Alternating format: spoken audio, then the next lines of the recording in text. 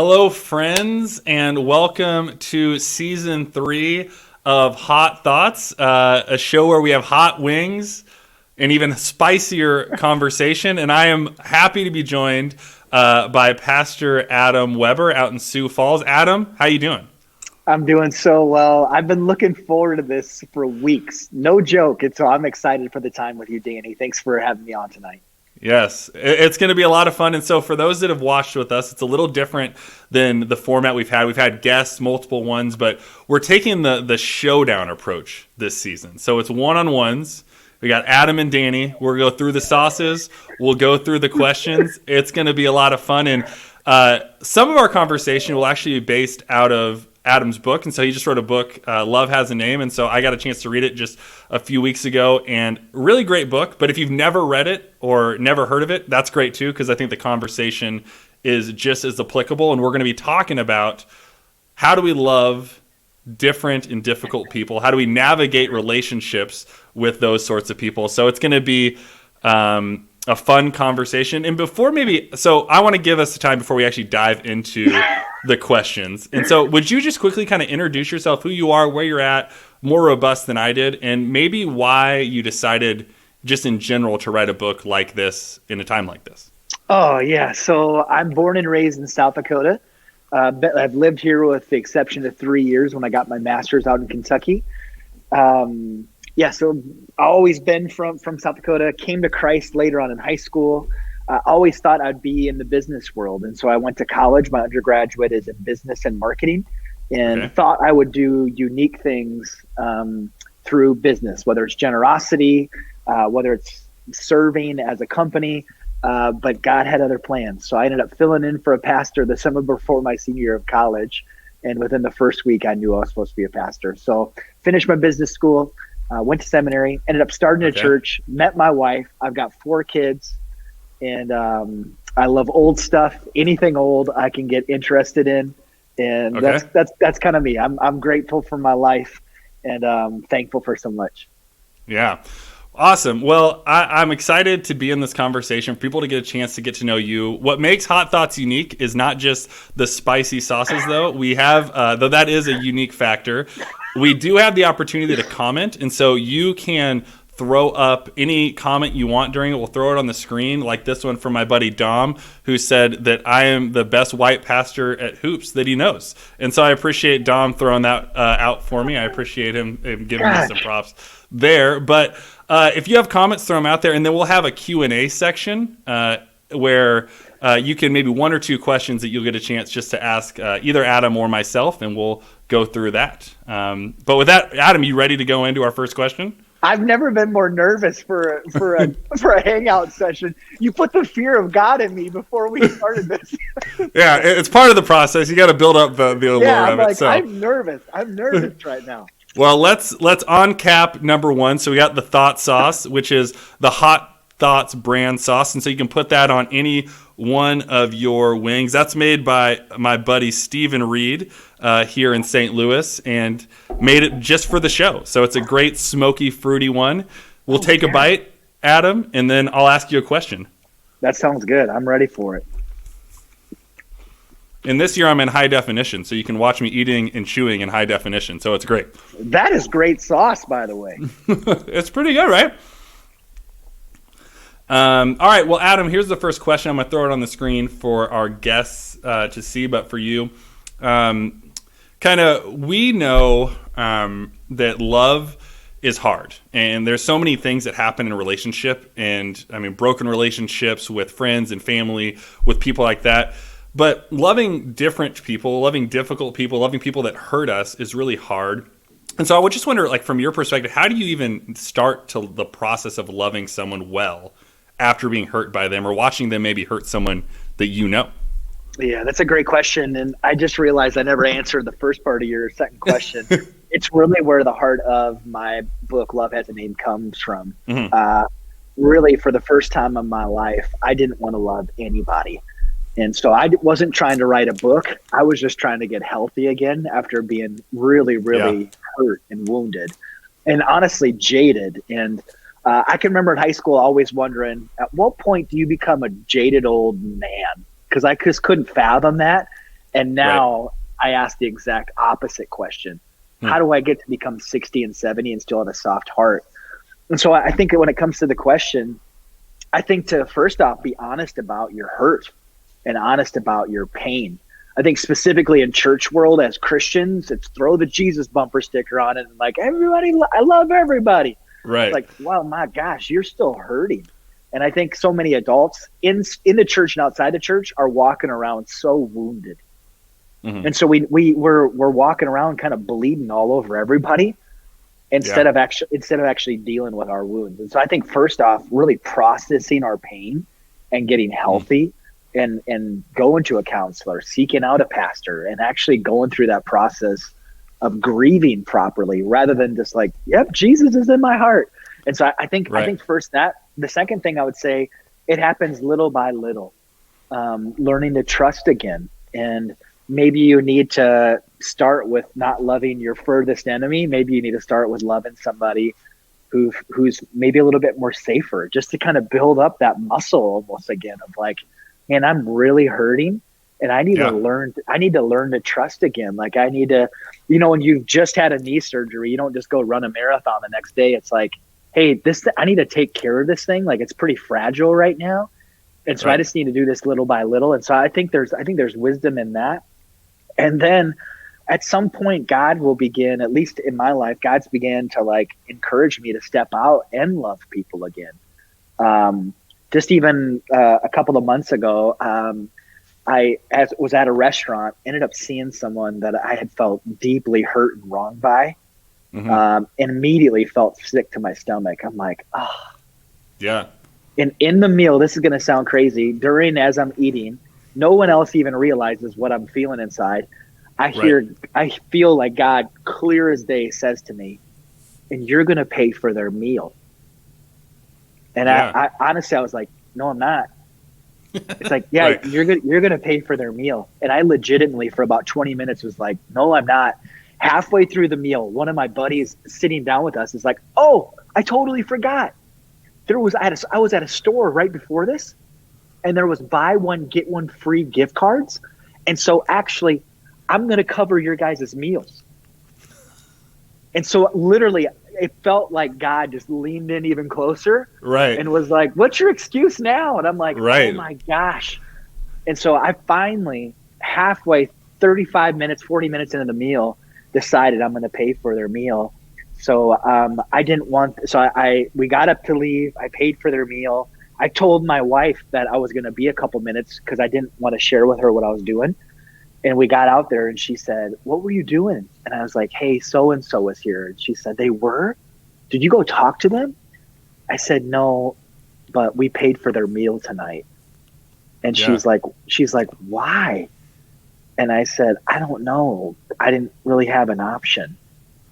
Yeah. And for the rest of that night, I kind of had this tug of war, but it was almost like God said to me, hey, Adam, you're not ready to speak with that person again. And maybe you never will be, but this is a step you can take to begin to heal. And also, I don't even know how to say this, to push back the hell inside of you. Yeah. And so it was just the kindness of God being like, hey, I don't expect you to be BFFs, but I do want you to take this step in loving them and being kind to them and showing. And so I think it happens little by little, just being honest with God with where we're at. Honestly, if we've been really, really wounded, going to see a counselor and processing it. I know for anybody listening, our goal in life is not to end up 60, 70, 80 years old and be jaded, bitter, miserable people.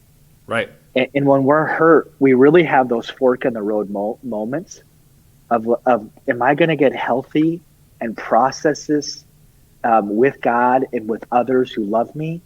Or am I going to become jaded and bitter? And I know for me, I don't want that. I want this. And that road is hard and it's challenging, but it's so good. So that was a long answer.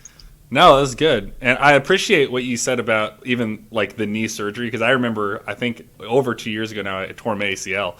And I think that for me was the most analogous thing to like navigating through physical pain to what this like emotional hurt and pain and relational pain is like, because so badly, if you're athletic, you want to run, you want to Yes. do the things you used to do. And even the step of saying, like, maybe I'm not ready to run, or I'm not ready to talk to this person yet, but I am ready to take a baby step in this healing process for me and for, like, between me and that person. So I think it's great. And it's one of the hardest things to do, because I've broken people in a lot of ways. Like, to love, even in spite of being hurt, is just a really difficult thing to do.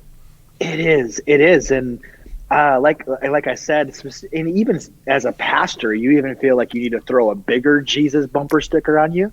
Right. And so I think, like, just like you said, I don't want to limp around. I want to run tomorrow. And that's just not reality. Like, it takes time to build up the muscle again, to get whole and healthy again. And so I think that's just so important. So. Yeah, and that's one of the things before we go to the next wing, that's one of the things I appreciate about your book is not a lot of times do we think about pastors navigating pain. Like, we think, like, hey, I have the cloak of invisibility on for my pain, or like, I can't, I'm invulnerable, right? But to say, like, hey, like, there's pain for me, and not that I'm better than anyone, but we're in this together, right? And we're navigating this together, and we all hurt. So, which is an important thing to know. It's kind of crazy, because when COVID hit and the political divide and racial divide and all this kind of stuff in our country, now I'm at the healthy place again. And it almost feels like our world is at, specifically over 2020, where I was at when I was writing the book about 2 years ago. And so it's just kind of crazy of, like, man, I feel like our world is where I was like 2 years ago, as far as just kind of being angry, and I'm going to love my own family and a few close friends, and that's it. And so it's been powerful to see that almost in our world around. So. Yeah, the flip side. Well, we'll move on here to our next sauce, and so we have a black garlic hot sauce, and so I would say this is the calm before the storm, and so we'll start going up after this one, but we'll put it on our wings, and then we'll go. And this one comes out quick, so beware. The first one I doused it in, and I'm putting quite a bit on this one too. I think that's a great option. I mean, I think everyone is a great wing to put a lot of sauce on. So while you take a bite, I'll put the question up on the screen. But one of your chapters in your book, you talk about how love can make every day an adventure, which I think is such an interesting thing to think about, because we kind of go through day-to-day life, and it can be really monotonous, and it can be really like pre-planned and pre-packaged. And I just wonder how loving people thoughtfully in kind of unexpected ways can actually turn normal routines into kind of a truly adventurous life for us, as it connects also to just loving people. Because I think we don't think about loving people as an adventure, but it really can be if we think about it that way.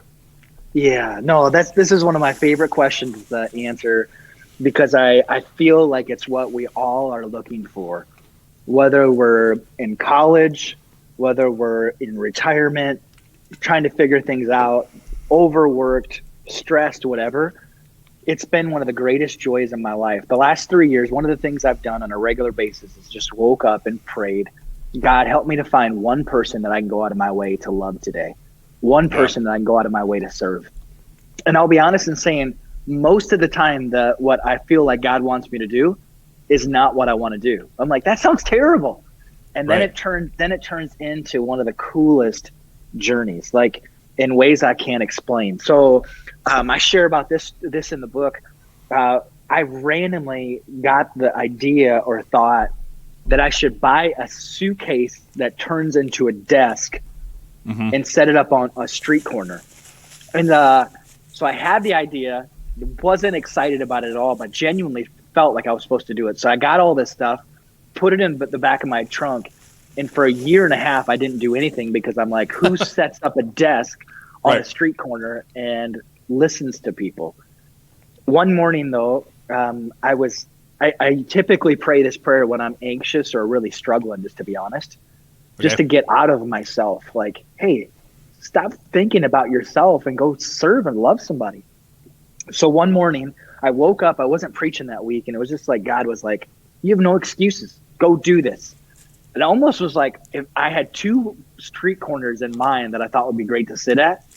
And I need shade for my melon in the summer, otherwise I'll fry.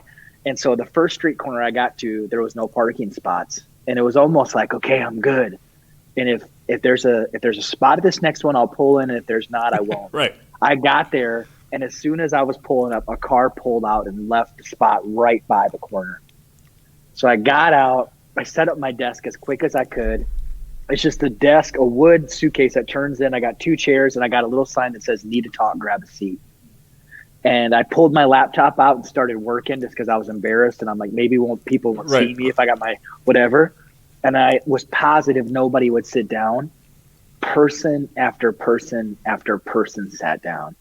And not the people I expected. It was the successful people who sat down and were broken. I had a scientist sit down. He was the first person who ever sat down in my chair, sat down and told me, he ended up telling me that he's been having nervous breakdowns and he doesn't know how to stop them. I had a young mom sit down who had just an hour previously had found out that her dad, the doctors couldn't do anything more. He had terminal cancer and they needed to prepare to say goodbye. And so it was like, it turned into one of the most wonderful, beautiful parts of my summer that summer. But I've baked cookies and sat out on street corners and gave out cookies. One morning I woke up and I felt like I was supposed to buy flowers for my friend Matt. And I'm like, that's the dumbest thing ever. Why would I buy a dude flowers, and specifically a guy who could buy the flower shop? Like, why would I do such a thing? And I just kept feeling, buy him flowers, buy him flowers. I'm brushing my teeth, buy him flowers. So I get to my office and I'm like, oh my gosh, I'm so sick of this. I'm going to buy him flowers. So I went to a flower shop, picked up flowers, looked up the address because he attends my church. So I look up his address so I can drop out flowers at his house. I get there, it's the wrong address. And I'm like, oh my gosh. So I start driving around this like fancy part of town. I'm almost ready to call the cops on myself because I look like I'm casing the places. And finally I see a flag. He loves a specific sport. He's a hockey guy. Okay. And I'm like, I bet that's his house. He's got a hockey flag. So I go up, his wife's there. She takes the flowers. I go back to my office grumbling the whole time. I'm like, this was so stupid. What am I doing? I get a call from him that night and he said, he's like, why did you buy me flowers? And I was like, I don't know, Matt. It was really weird. Like, I just wanted to cheer you up and whatever, encourage you. And he said, Adam, you have no idea. This morning, as I was getting ready, I got down on my knees and I prayed and asked God, would you make it clear to me that you see me and you care about me? Because right now I don't feel either. And I was like, in the morning, awesome. I said, in the morning, and he's like, yes. I'm like, his name's Matt. I said, Matt, that's exactly when I began to feel like I was supposed to buy flowers for you. And he said, he's like, I can't even tell you how, because then I said to him, this is going to sound weird. I actually didn't want to buy you the flowers. And he's like, what? And I was like, the whole time I complained about it the whole time. And right. what I translate that like for you to hear is that God cares about you and God sees you and he loves you so much. My friend just started bawling on the phone. And it's just like, it changes the mundane into like, God, what are you going to do? Yeah. And I just think about one of my homeless neighbors named Merle, who I didn't want to speak with him because I was too busy. And yet God was like, hey, he's the one person for the day. And then what ended up happening is I didn't minister to Merle. Merle ministered to me. And God, he does that time and time again. And so I would challenge anybody, if you just feel like you're stuck, like you have no purpose, just begin each day. I'm going to find one person and go out of my way to love and serve them. I'm talking too much. This is awesome. No, you're good. Well, I think that's such an interesting thing too to think about, because one thread through those, and I feel that in my own life, is this is stupid. I'm not going to do it. Or like we are presented with the opportunity for the adventure, and sometimes we're like, my plan is so much better. And I think that's such a cool thing, and speaks to, I think what we believe as people of faith, right? That if we are really trying to connect with our God, like God is going to nudge us and push us to say, like, here are the spaces to step out and to live into not the safest life ever, not a boring life, but an adventurous life where you're stepping outside the box and you're sitting on a corner with a desk that was a briefcase and people can come by, right? But we have a natural inclination to say no to the adventure sometimes. We do. Because we think our agenda's better, or we're too busy, or we're too prideful to get on our knees and serve a little bit. And anytime we choose to follow Jesus, he brings us to the most unlikely of people, the most unlikely of places, and he does just the most beautiful things. Even there's a neighbor kid named Dwight who I absolutely love, and his house on our block is the roughest house on our block, diversity wise. He doesn't look like myself, and my daughter and I every so often will go around our block and we'll pick up trash. And I always tell the kids, we're not doing this because we're better. This is just a way that we can serve people and show kindness to people. So we do that maybe once or twice a summer. Well, this last spring, Dwight and his friend Tay, I'm sitting on my front porch and I see them on my front lawn with trash bags, and they're picking up trash on my yard. That's awesome. I was like, Dwight, what are you doing? And he's like, I hate when our block's dirty, and I always see you and your daughter clean up trash. And so I thought I would maybe do that with my friend. And I'm like, Dwight, you're the coolest guy in town. Right. He just beaming. And so a week later, there's been a branch in his yard. There's just been this large tree that's broken over and it's hanging down. And they just have some extra things in their yard. And so I went to Dwight one time and I said, hey, Dwight, you blessed me. You and Tay were cleaning up. What would you think if I had a friend come over and knock that tree off? And cause we just want to bless you in return. And he's like, I'd love that. And I was like, well, what do you think your dad would think of it? And cause I just, I don't want to and he's like, right. My dad would love it. And I'm like, are you sure? And he's like, my dad's right over here. I'd never seen his dad before. And I was like, hey, Dwight, what's your dad's name? And he's like, it's Dwight. And I'm like, of course it is. Okay. So I go over there and I'm like, hey, Dwight Sr., it's so nice to meet you. I love your son. He's like, oh, he talks about you all the time.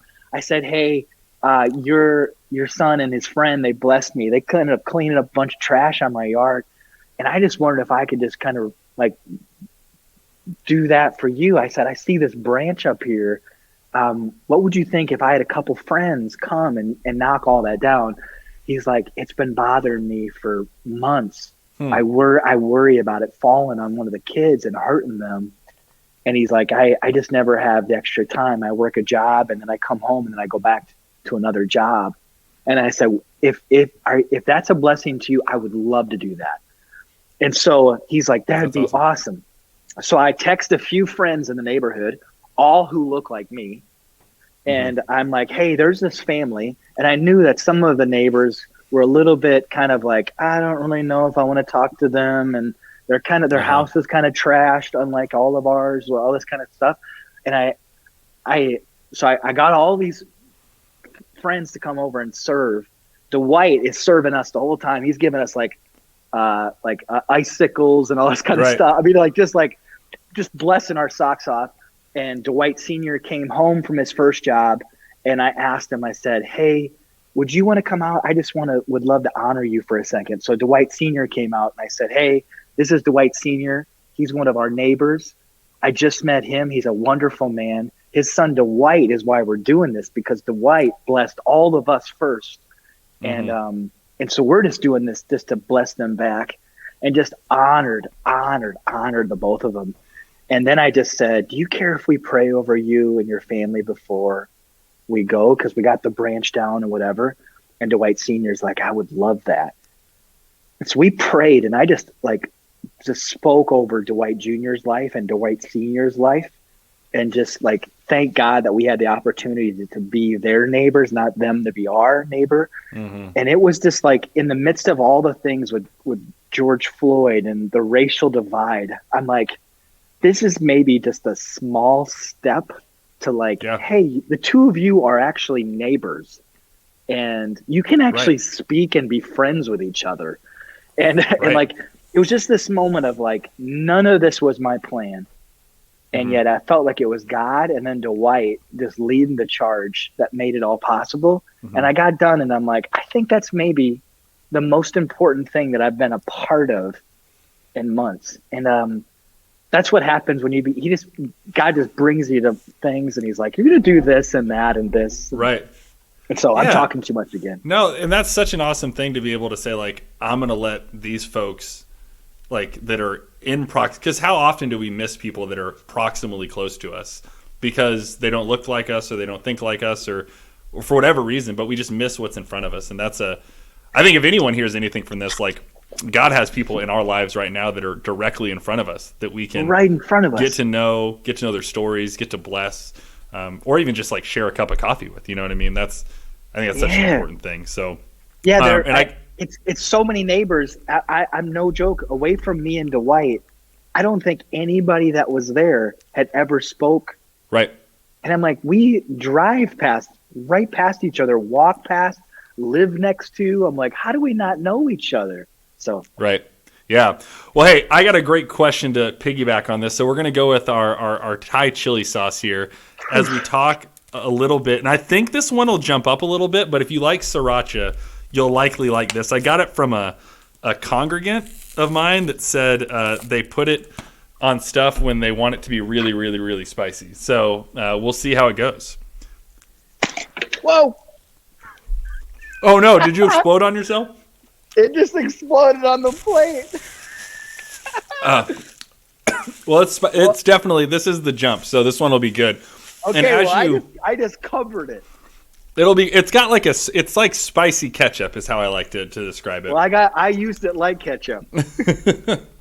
Well, so one of the things I thought was interesting about what you said was story, and all of the examples you used was so important because you got to hear them, you got to learn more about other people's, you got to dive into them, and they weren't just a person that lived across the street, a person you drove by, a random person walking down the sidewalk as you're sitting on a desk, but there were people with names and people with stories, and you got just a small glimpse into that. But you talk a lot in your book about what happens when we understand that Jesus knows our story, but what happens, do you think, for us when we start to know someone's story? Like, how does that actually impact our ability, you think, to love somebody? It changes everything. Everything. This one does have a step up, by the way. You're like guzzling. I lost my voice in the middle of my question, so I had to like regroup for a second. It changes everything. I just picture even a kind of a brash group of guys can talk horribly about another woman. Mm-hmm. Of like, oh, she sleeps around. Like, hey, have you guys all been with her? Like, you know, like you can talk horribly about her. Right. And a group of guys will just do that. All of a sudden, you find out that she's battling cancer or she was abused. The most rough group of dudes who could care less about God. All of a sudden, someone will be like, have you heard about her? She sleeps with everybody. The group of guys will be like, hey, she's off limits. Right. What do you mean? Like, have you been with her? Hey, then you don't talk about her. Mm-hmm. That's what changes when you love somebody. And when you know when they know their name, and you know their name and their story. She may be promiscuous, but when you get to know even a fraction of her story, the hardest of guys will begin to stick up for her. It's the same thing with like a neighbor. You got an old grumpy neighbor. You know, you can just feel their blood pressure rise when your kids come on their front lawn because they ride all over their perfect grass. Right. And the old man is like shaking his fist at you like, darn kids, if they could just go away. It totally changes when you find out that old man lost his wife of 50 years and he cared for her the last 5 years because she had MS. Nothing changes about him. He's still a grumpy old man who's really rude to your kids.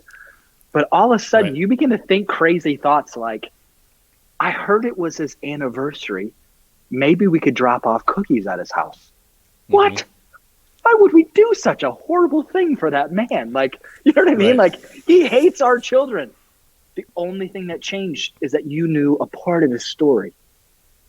And it's like how you treat your cashier when you find out that they're a single parent and they work for everything that they have. You all of a sudden you feel warm to them and you are more patient with them, and you tell other humans to be more patient with them. Only thing that changed, not their bad service maybe, was the fact that you know a part of their story. And so I think when we get to know a part of someone's story, it changes everything. And even I think even politically right now, we just make so many assumptions about people. And you like this person, you vote for that person, then you are X, Y, and Z. Instead of just stopping for a second and asking a little bit of their story. Well, I'm a first generation American. That changes perspective on things. Or I served in Vietnam. Whoa, okay. I didn't know that about your story. Or I've experienced this, or this. Wow, that's maybe why you are that way politically. You know, it may not even change. You might not necessarily agree and become BFFs, but all of a sudden you're like, man, I put you into this little box because I found out that you voted for a person. I labeled you with all of this rather than being like, man, I know I'm really complex. And it sounds like you're really complex too. Right. And your story's different than mine. And I probably got a lot to learn from you. And wow, I've never thought about that. And whoa, maybe we have more in common than we thought. And we might vote differently. We might view this or that differently, but gosh, I really respect you. And it just changes everything when we get to know a person's story. And we always hate, that's a strong word, we hate when people make assumptions about us and put us in boxes. And yet we do it with other people every single minute. You know, like, I hate when people assume, they find out I'm a pastor and they start not swearing around me and stuff. I'm like, oh my gosh, are you kidding me? And but we do the same thing. We find out this little thing about them, and then we're just like, broad stroke, all of this. It's like, no, that's actually not me at all. Like, so that would be my word of encouragement. No, I remember not long ago I was sitting on my patio sharing a cigar with someone who, to your point, they were like, you're a pastor and you'll smoke a cigar? That's the most wild thing I've ever heard. But we were talking, and I had my kind of preconceived notions about who they were and what they believed. And it was they just shared a story from their childhood that was so formative to everything they thought, they believed, they acted, they voted, the way they spent their, like, everything about who they were and what they valued was formed to this moment. And I don't even think they realized it, right? They were telling me the story, and they're like, man, this really, like, so even sharing our own story, I think, helps us understand ourselves better. But it was a great moment for me understanding, like, I know this person well, and I only know them this well, and I can know them better by hearing even more of their story. But it's such an easy thing to overlook because it's so much easier to put people in boxes, right? And to put people where we think they belong. And it's dangerous, right, to let people out of their boxes. Yeah, it is dangerous. And it's and it takes being vulnerable for us to share a part of our story too. And yet it's when you get to hear somebody's story, you begin to find connection points. And again, even though you might end up from very different points of view on that experience you had, all of a sudden it's like, oh, that's pretty cool. You know, like I can connect with you. And I just think we have so much in common with each other. Even if we're totally different backgrounds from totally different places, there's oftentimes such basic things that we hold in common. And for me, I want to focus more on that. Yeah. And if in the places where we disagree, instead of seeing it as a downfall of you or you're bad, I always have, I don't know what it is, but I have the sense inside me, I have something to learn from you. Mm-hmm. Like, even if I don't agree, I just have something to learn from you. And you have something so valuable that I need to learn from you. Yeah. That's that great. one had more kick, by the way. It It did. And the next it's the salvation sauce, so it'll likely have more kick. And so what we'll do, so we don't always get more questions, but this is a chance for anyone who's in the comments to drop one in. And so what we'll do is we'll eat this wing. It's the salvation sauce, and we'll wait and see if any populate. And if no one throws a question, you just got a free wing out of this, an extra sauce. This is perfect. This one's one of my favorites. Is it really? Why do you say that? Explain that. It's the spiciest everyday sauce that I found. It tastes good, and it's still spicy.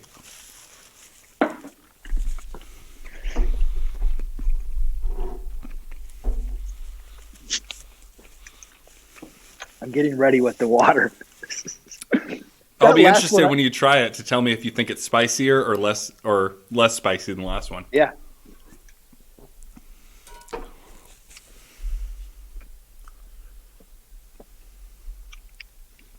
What do you think? How does it hit you? So far, it's less. Less? I had a hard time. It was a toss-up for me to decide which went where. So far, it's less, I think. All right. Well, like I've learned for future reference, the salvation sauce goes ahead of this one. Yeah, I really like that one. Yeah, put that one on your eggs in the morning. It's great. Yeah, that's a really, really good one. So Adam, we got a question here from Nate, and so Nate is actually the one who gave me this sauce here. And so Nate Hoke, thanks for the sauce, my man.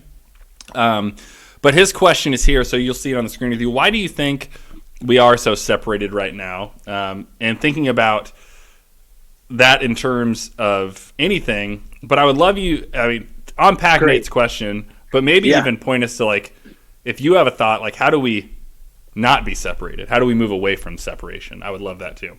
Well, I think there's a bunch of things, and I'm far from an expert, so put an asterisk by all this. I'm getting a little more kick from that thing right now, right about right. Yeah. You're like, you're not drinking water right now. It's sauce. So we've been confronted with a lot of big things right now. We just elected a president in one of the most brutal campaign seasons of my lifetime. Mm-hmm. Everything around our racial divide in our country has been brought to light. So that's number 2. Number 3, COVID. And let me explain this. Anytime you're not face to face with someone, you treat people differently. Mm-hmm. A perfect example. Luckily, this doesn't happen very often. From time to time, I get fairly aggressive emails that are angry. And it's like, there was one time I got an email from a person, and it sounded like they were at my house, burning my house down with my family inside as they were laughing. That's how angry the email sounded. That's how angry it was. I was like, oh my gosh, I need to call my family right now. Like, are they at my house? So the next day, I did, instead of saying anything back except let's get together, I met with this person, and here was their response. Yeah, yesterday I got a little fired up. It actually wasn't that big of a deal. And can we just act like it didn't happen? Something changes when we get face to face.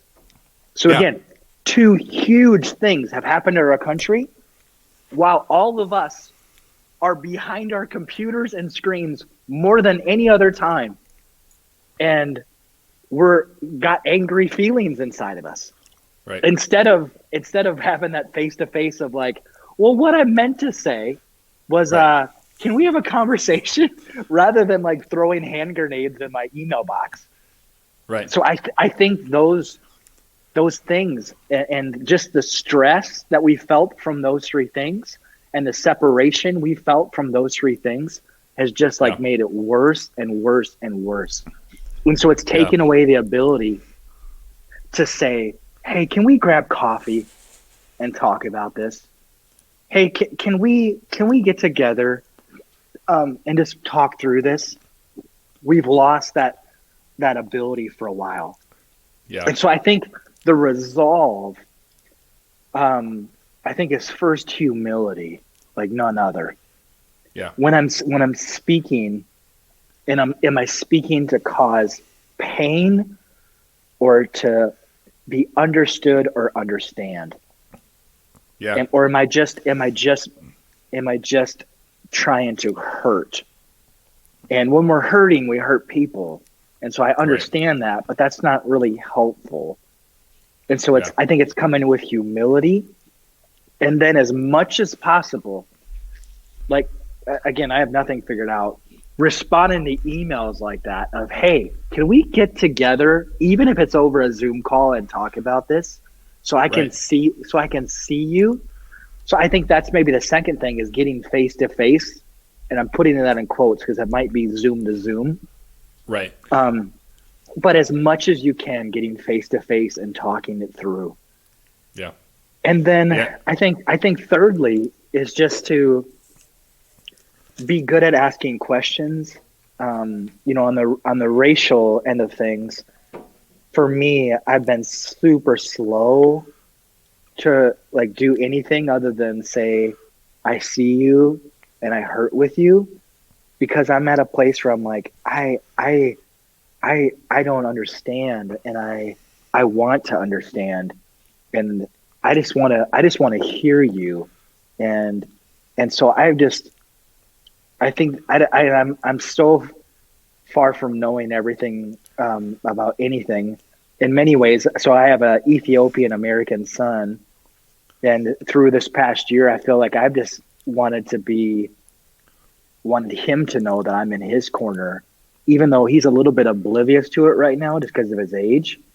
I want to lead the charge on that conversation. And so if he has questions, he can talk with me and we can kind of figure it out together. And so maybe those things are helpful.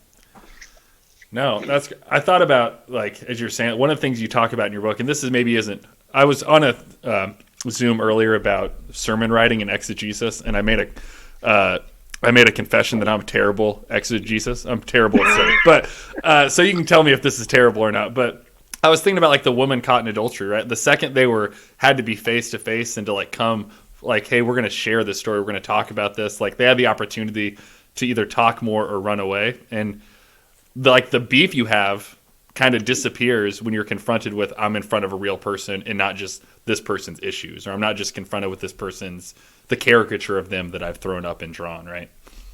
It totally changes. Yeah. And we do that with celebrities and well-known people. We talk about them and say things and post about them and joke about them. But then if you ever actually go face to face with one of them, you treat them like a human.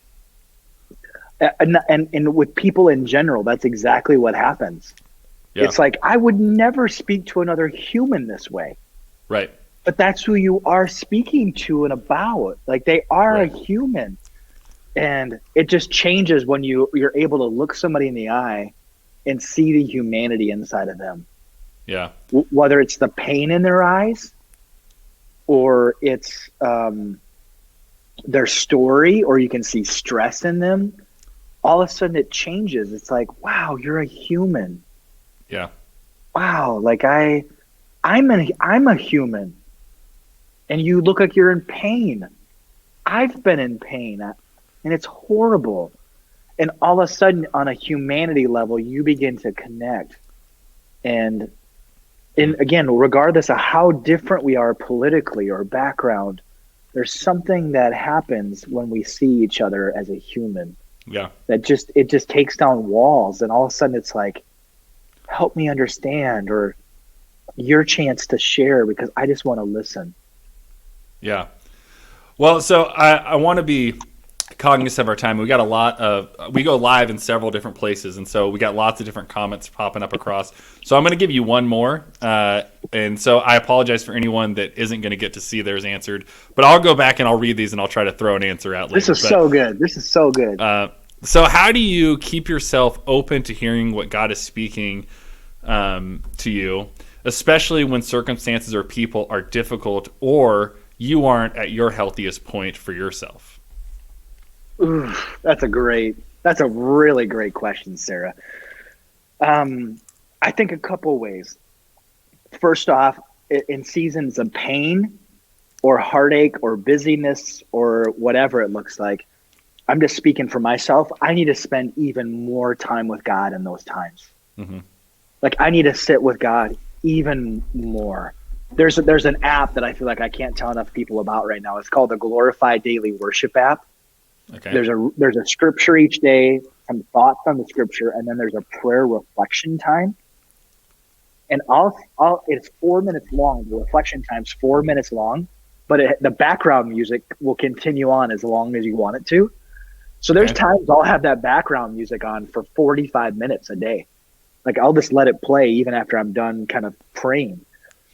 And that just helps me really center on God, on God's strength and peace and grace and mercy and faithfulness and gentleness and self-control. But specifically in seasons of hurt, I need that even more. Another thing too that I've learned about myself, and again, I'm at such a healthy place right now. In my season of horrible pain a few years ago, soul pain I'm talking about, I didn't trust myself. Like when you're really hurting, you don't make the best decisions. Yeah. And so I leaned heavily on some of my closest friends and just said, hey guys, my wife as well. Hey, Becky, I don't trust what I'm feeling right now. What do you think God wants me to do? And they, because they had nothing, my wife, you could say, had the dual relationship end of things because obviously we're married. My couple of my best friends have nothing to gain or lose by what they say to me. It's like, and so they would just encourage me in different ways of, hey, Adam, I think you need to go see a counselor. Hey, Adam, I don't think you need to become BFFs with this person tomorrow. I think you need to get healthy. For a time, I didn't want to be a pastor 3 years ago. And so I would even ask them, do you think it's time for me to be done with ministry? I never wanted to be a pastor in the first place. Right. And they said, nope, you're supposed to be here. And so in those times of deep hurt and pain and seeking God's direction, I didn't trust my own compass. I'm like, my compass was just north was like spinning. So I'm like, and so I really leaned heavily on close friends, the Holy Spirit, time with God, my counselor, my wife. And I think all of those collectively are huge. It's taken that friend back to the knee surgery analogy. Yeah. Hey, Adam, I don't think it's wise that you're thinking about going for a run tomorrow. Right. And you're like, oh, I'm totally fine. This is going to be great. All the while your friends and spouse are like, no, what are you doing? And I think we just need that. We need to seek out wise counsel. For some reason, we've convinced ourselves that the fool is the one, or the weak person is the one who seeks out a counselor or who seeks out friendship or wisdom. Totally the opposite.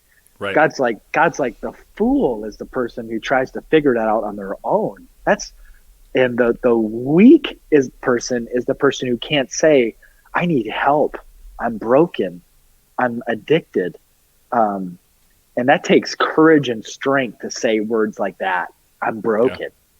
I'm grieving right now. I'm in pain right now.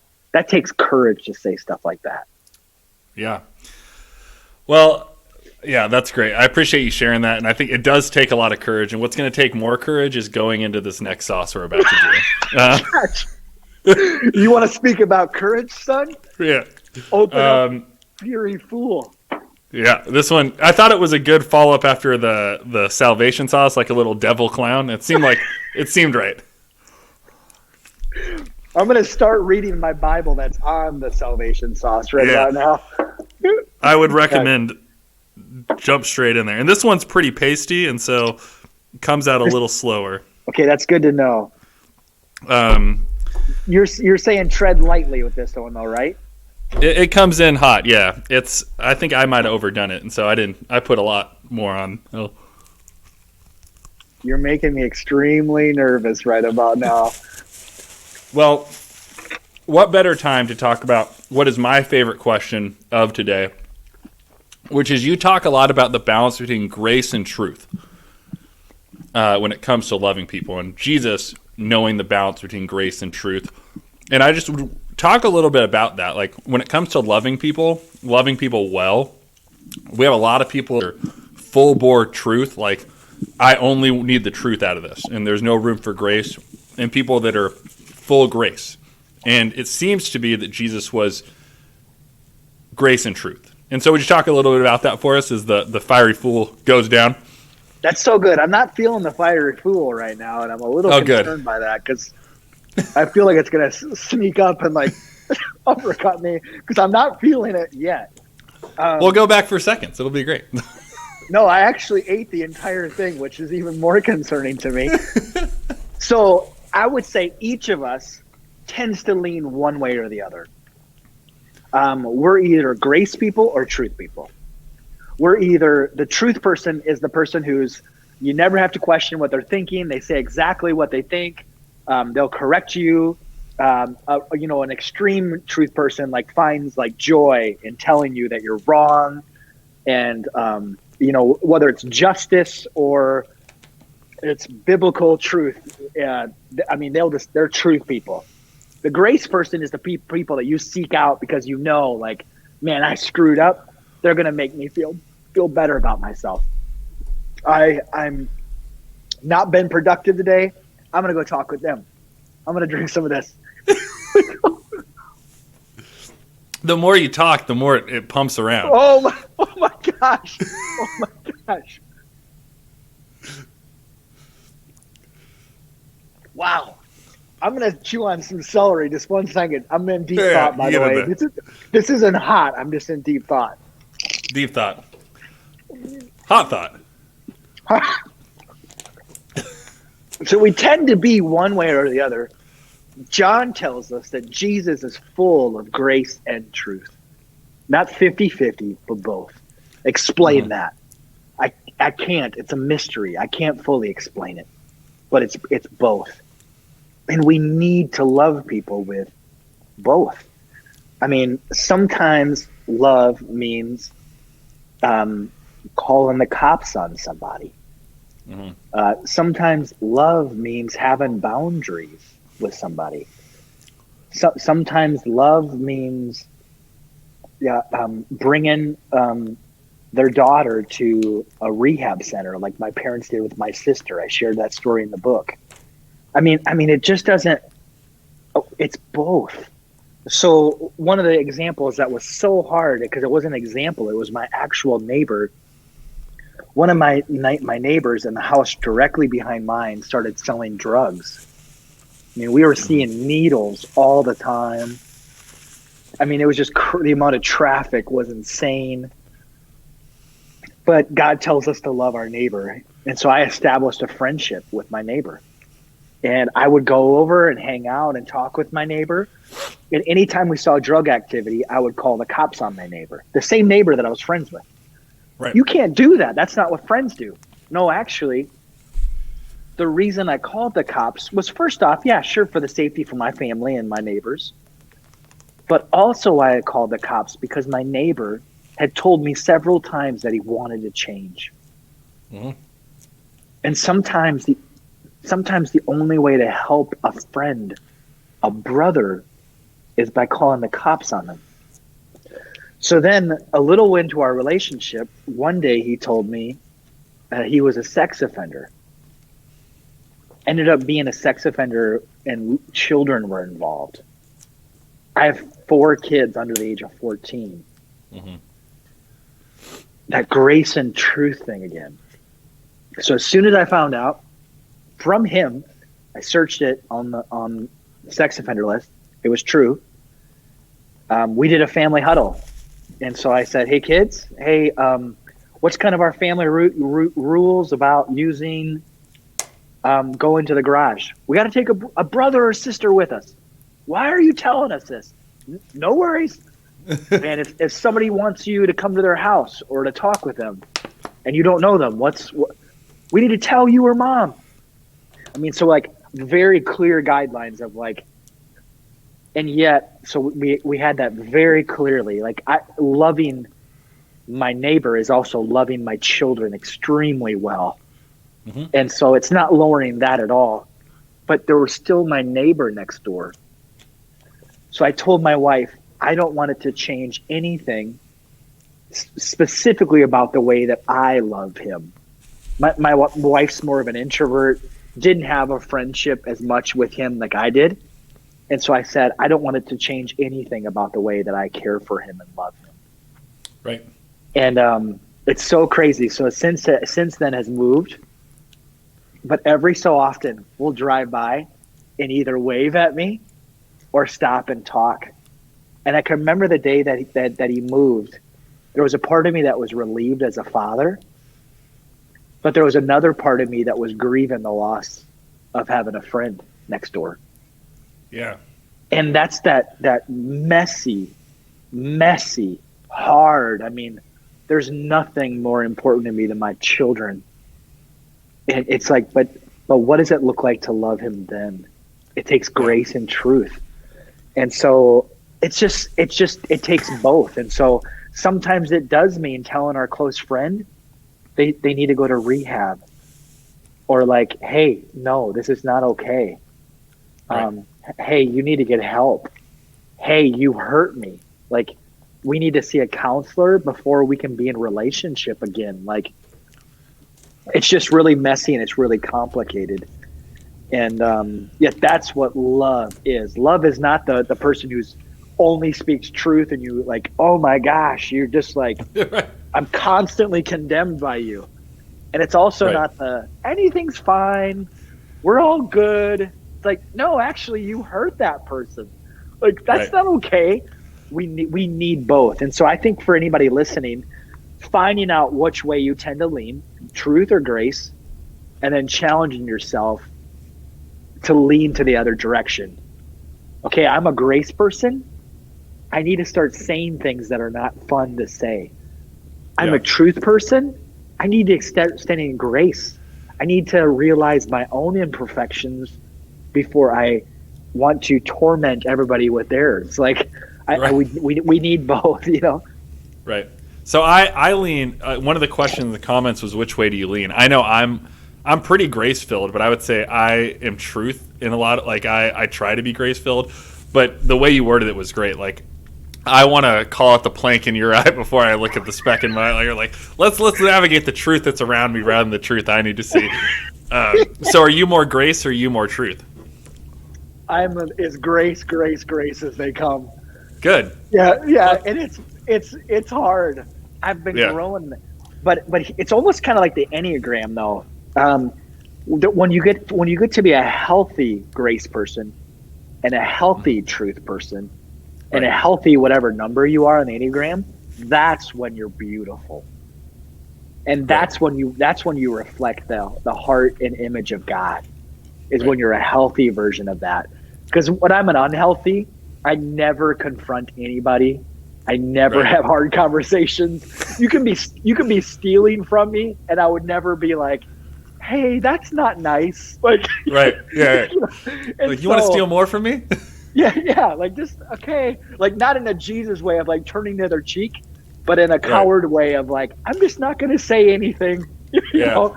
And so, but a healthy version of me is able to say like, hey, yeah, let's maybe not do this right here. Yeah. Like, well, so that's good. Yeah. Awesome. Well, hey, so we'll head into how'd the last one, the wave of it. How was riding the wave? I'm actually at a great place right now again. Good. It was good. Well, let's go into the next one then. Yeah, why does this have a bullet on it? Like, it must not be hot at all. Yeah, no, the bullet actually doubles if you need one. It's a bottle opener, so if you just ever need it, it doubles. No, it's not. Yeah. Oh my gosh, this gets cooler and cooler. How bad is this one in contrast to what we just had? So I don't know how familiar you are with Scoville units, but the last one was 2 million. I think this one's 4 or 6 million. So hot.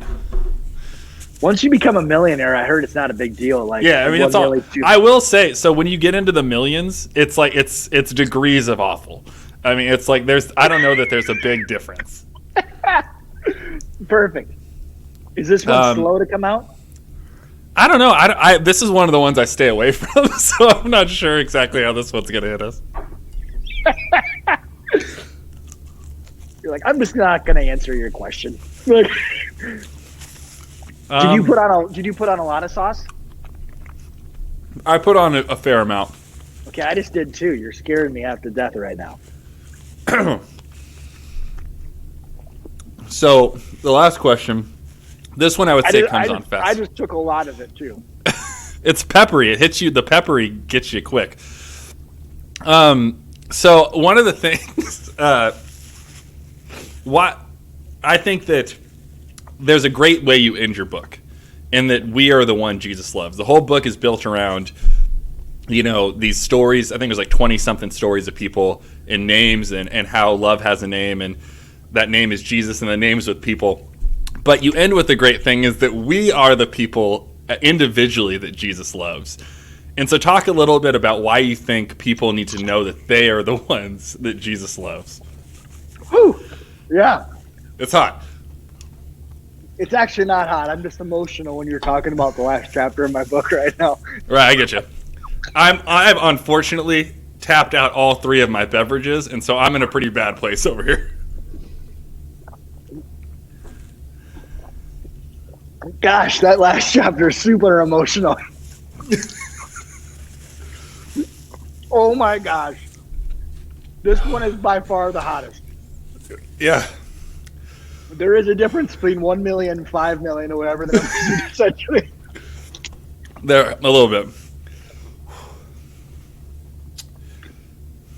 Whew. I don't envy having to sit in your chair. You got to answer more questions than I do. Okay, I think I'm ready. So I ended the book with my name. So I just put you, YOU, you, because for me, the hardest person without question for me to love is myself. And I know that's not true for everybody, but for me, a great image of my life is I share this in the book, at my parents, they had this magnifying glass in their bathroom, which is a clear sign you're getting old. And when you pull it closer to your face, it makes every imperfection seem ginormous. Right. In that mirror, which has got like a curve to it, that's what makes it see, everything is gigantic. And I'm not in awe of the beauty of my face when it's magnified. Right. I start realizing all like the pimples and ingrown hairs and all this kind of stuff. And I'm a person who is quick to do that with my life. And so our brother John, though, John who wrote the Gospel of John, refers to himself as the one whom he loves. The one whom he loves. For most of my life, I can't fathom defining myself that way. Mm-hmm. Who am I? I'm a pastor. Who am I? Even good things. I'm the father of 4 kids. Who am I? I'm the husband of Becky. Who am I? I'm the son of Jim and Nancy. Who am I? Maybe subtly, I think about my biggest mistakes. Who am I? I think about my seasons of failure. Who am I? I think about all my regrets. John, who am I? The one whom he loves. And it's like, okay, John, what do you know? What do you know? And he knew the love of Jesus firsthand because he was friends with it. Right. And when we begin to understand the way that God loves us, it changes everything. When we understand that we are deeply, completely, fully known and loved by God, it changes everything about us. When that becomes the defining mark of who we are, like John, it changes everything. And thankfully, John goes on to write a few letters to us more fully about love. And he says to us, when we love one another, his love is made perfect within us. God's love is made perfect within us. And I actually didn't have this aha moment until the very end. So it's just a footnote, this part is. I've always thought that's powerful, that when we love another person, that they see the perfect love of God inside of us.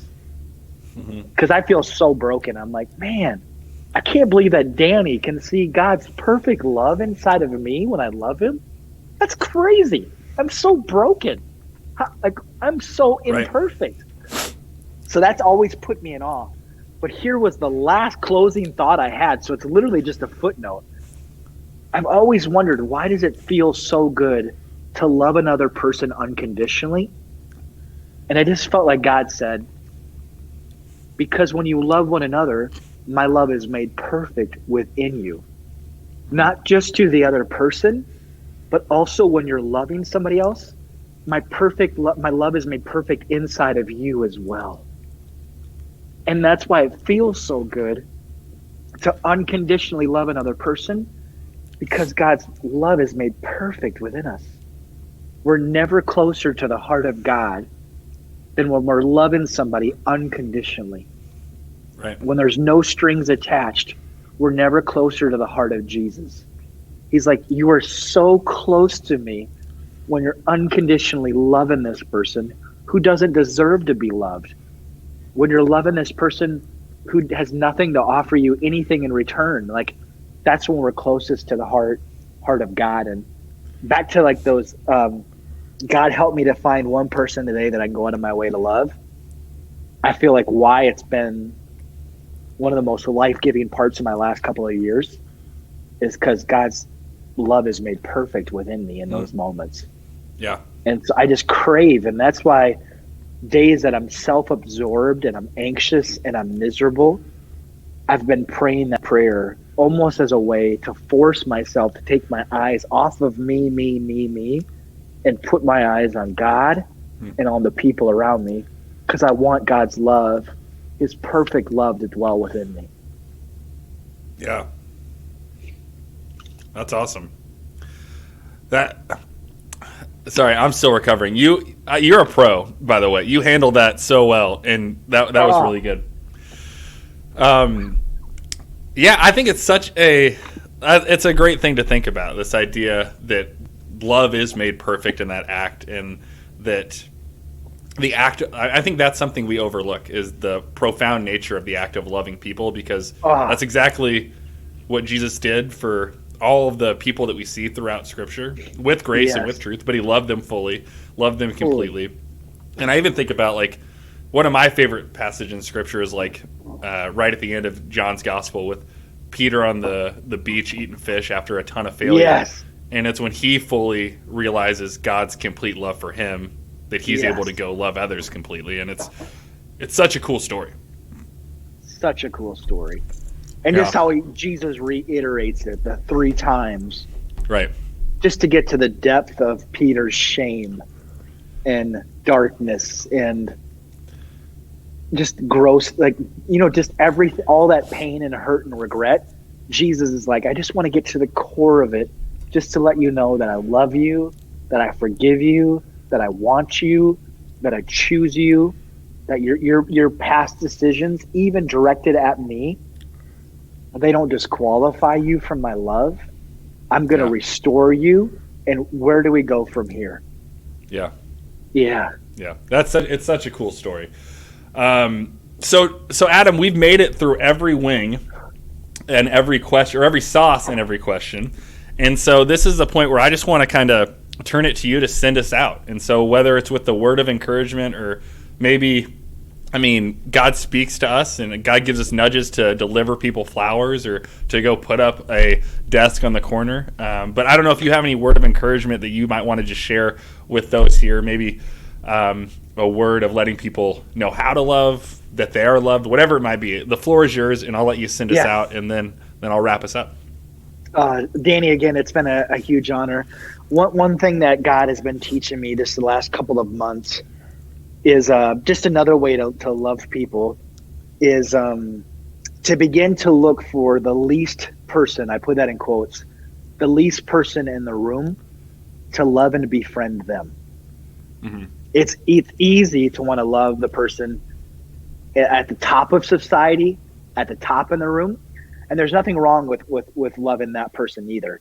I think oftentimes you look at Paul and how strategic he was. Sometimes those people have influence or connections that God can use for great things. So there's nothing wrong with loving that person. But so often, the only person we love in a room is the person at the top. I have this feeling that is growing inside of me that is just God saying, Adam, the people that you think are really, really important are actually the least.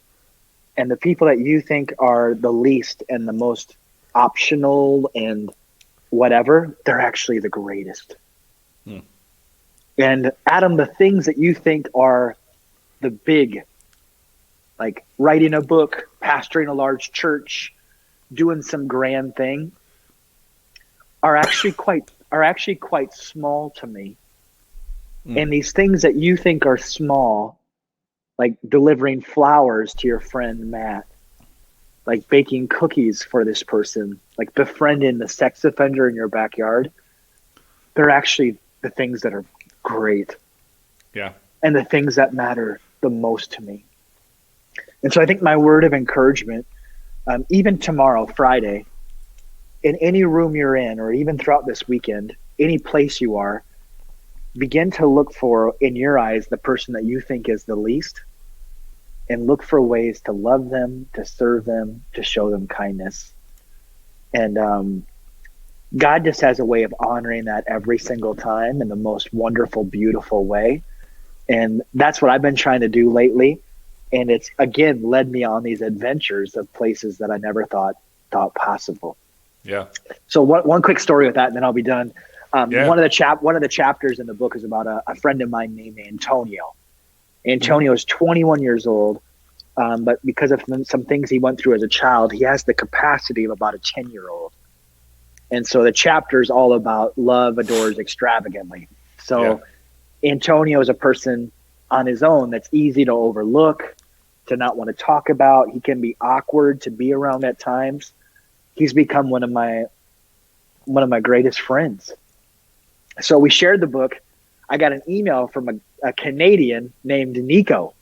And Nico messaged me and said, Antonio is me. I am Antonio. Like, he's me. I've never seen anybody like me in a book before. That's we awesome. Meet? Can we meet? Like, can you and I meet? So I did a Zoom call with Nico, and he was That's like, awesome. Yeah. The whole time he was like cheering. And about once a month, I do a Zoom call with Antonio, and Antonio is the same way. Antonio does this. He does, yeah. And so I was like, Nico, through Zoom, would you want to meet Antonio? And he's like, no way. That would be the best. Yeah. So I reached out to Antonio and I said, would you be okay? And again, Antonio was just like, that would be wonderful. I mean, he was just going crazy. Yeah. So I get the three of us together on a Zoom call. Oh my gosh. And I'm smiling so bad. Every part of my body hurts because I'm smiling so much. And Nico's like, can you read from Antonio's chapter? Can you read? And I'm like, Antonio, would you be okay with me reading about you? And he's like, that would be great. Yeah. So I get a copy of the book. I read 2 chapters about the love that Antonio's shown me. Antonio is now crying. And Nico is like, wonderful. Wonderful. And in the middle of this awe, I had this moment because later that day I was interviewing a New York Times bestseller for my podcast. In the middle of all that craziness with the three of us, it was like God tapped me on the shoulder and he's like, Adam, I just want to interrupt you for a second. I just want you to know that this is the most important meeting of your day. And not just of your day, of maybe your entire life. Like, just like this New York Times bestseller, I love them too. It's like a fraction important compared to how important this is. And as soon as I got done reading, Antonio said, after he got done crying, he's like, God made every single one of us beautiful and special, and he made us just the way we are. And I had this moment where it was just like, oh my gosh, this is exactly what it is. And so those are the types of things that happen when we begin to love extravagantly like Antonio. Yeah. Well, I will say, so I listened to your book while I was driving, and not many people know me as a crier. And I will say that chapter got me like the whole capacity of his story, but also just like the connection to God's love for us. Like, it was probably my favorite of all the chapters. Yeah. It was great. And so I appreciate you sharing that, and even sharing the anecdote outside of it, of you being able to kind of connect people that through the ministry of something, without the willingness to lean into where the Holy Spirit's leading, you would have never had an opportunity to experience. And so I appreciate you sharing that. Well, I was on the receiving end of all of it, and it's been so cool. I mean, Antonio doesn't have any following. He doesn't have any platform. And yet I'm like, I feel like I get to sit with someone who brings me so close to Jesus every time I'm around him. Yeah. Yeah. Well, again, Adam, I thank you so much for doing this with me. I hope that you enjoy these sauces, and they're yours, so keep them and put them on whatever you need. If you hate them so much, you can always send them back. But I think you liked them. I mean, until the last one, I think you'll put them on. I can see you putting these on things. I will be keeping all of them. The only one I may give away is the kaboom. Yeah. I told you, I rarely touch it. It's pretty brutal. So, as you can see, I mean, you look at my sauce levels, and like they're all going down, except for this one's like right at the top. So, well, Adam, I thank you for being here. Everyone that watched with us, I thank you guys for watching live. Those watch it later, you can always tune in live Thursday nights when we're in season. And so I appreciate you joining us, and we'll see you next week.